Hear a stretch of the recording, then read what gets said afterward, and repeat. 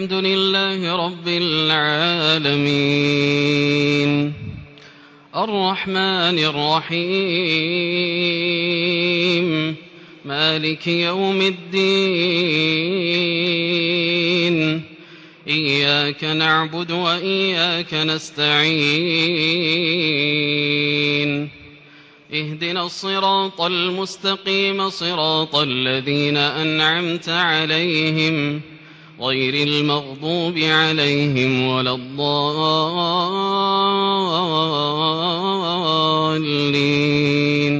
آمين. والمطلقات يتربصن بأنفسهن 3 قروء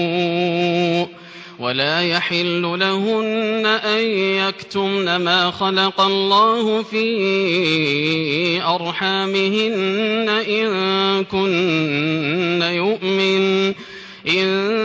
كن يؤمن بالله واليوم الآخر وبعولتهن أحق بردهن في ذلك إن أرادوا إصلاحا ولهن مثل الذي عليهن بالمعروف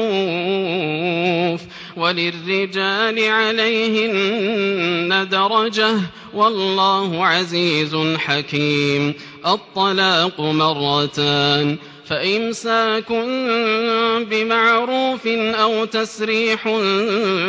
بإحسان ولا يحل لكم أن تأخذوا مما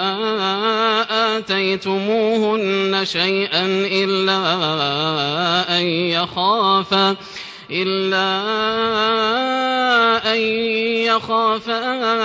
ألا يقيما حدود الله فإن خفتم ألا يقيما حدود الله فلا جناح عليهما فيما افتدت به تلك حدود الله فلا تعتدوها ومن يتعد حدود الله فأولئك هم الظالمون. فإن طلقها فلا تحل له من بعد حتى تنكح زوجا غيره فإن طلقها فلا جناح عليهما أن يتراجعا إن ظنا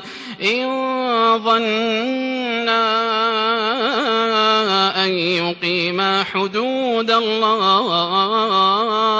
وتلك حدود الله يبينها لقوم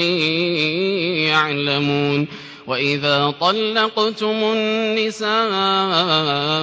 فبلغن أجلهن فأمسكوهن بمعروف أو سرحوهن بمعروف ولا تمسكوهن ضرارا لتعتدوا ومن يفعل ذلك فقد ظلم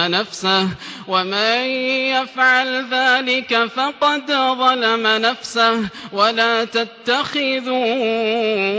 آيات الله هزوا واذكروا نعمة الله عليكم وما أنزل عليكم